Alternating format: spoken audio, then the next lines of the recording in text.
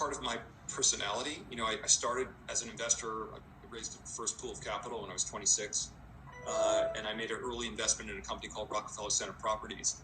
And I saw management making a series of decisions that made no sense to me. It was just so obvious the right thing to do as to how to create value. And it was being a frustrated passive investor that made me into an active investor. And that investment turned into a very profitable and very high-profile investment. And with success, one is motivated to try it again. And it's been helpful to the strategy over a very long period of time. And it's fun. And if you're passive, you can feel like the market's patsy, and if you're active, you can actually create some value. And I think it's a lot more interesting than just picking securities. We bought a stake in Chipotle at a time where the company was struggling a few years ago.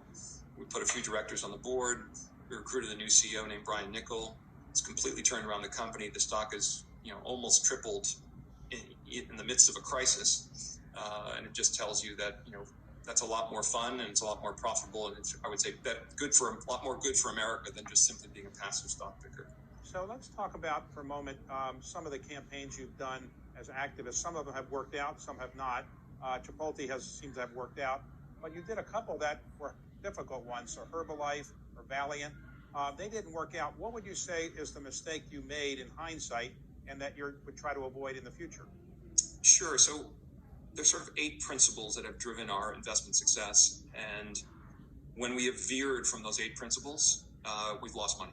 And after we went through a very difficult period, circa 2015, 2016, the 2 investments you mentioned were big drivers of that. It was, if you will, experiences making mistakes and learning from them. And it was a moment of reflection for the firm.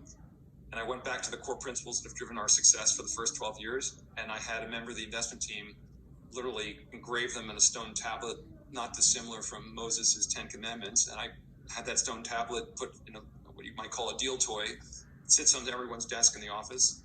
And we've adhered to those principles, ever since. And, we've been fortunate to return to the success we had for the first dozen years. So I think it's about keeping to our principles are basically: one, invest in simple, predictable, free cash flow generative, dominant companies with large barriers to entry that earn high returns on capital, that have limited exposure to extrinsic risk we can't control, strong balance sheets, don't need access to capital to survive, have excellent management, good governance. Sounds logical, but occasionally we've diverged, and there's those times. There's a certain discipline that comes with investments, and there always seems to be a countervailing quality that caused us to diverge. But in really each case, we've compromised on business quality or